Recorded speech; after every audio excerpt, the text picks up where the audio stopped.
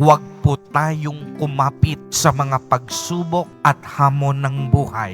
Kumapit po tayo sa mapaghimalang awa ni Jesus Nazareno. Dahil ang problema hindi sinasarili, hinaharap natin ito ng buong pagtitiwalang hindi tayo iiwan ni Jesus Nazareno sa gitna ng laban.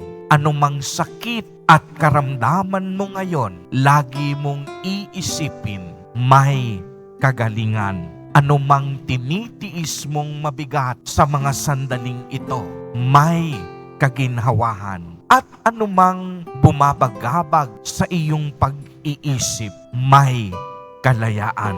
Dahil si Jesus Nazareno, ang tanging hangad nga sa atin ay ang ating kabutihan at kaligtasan.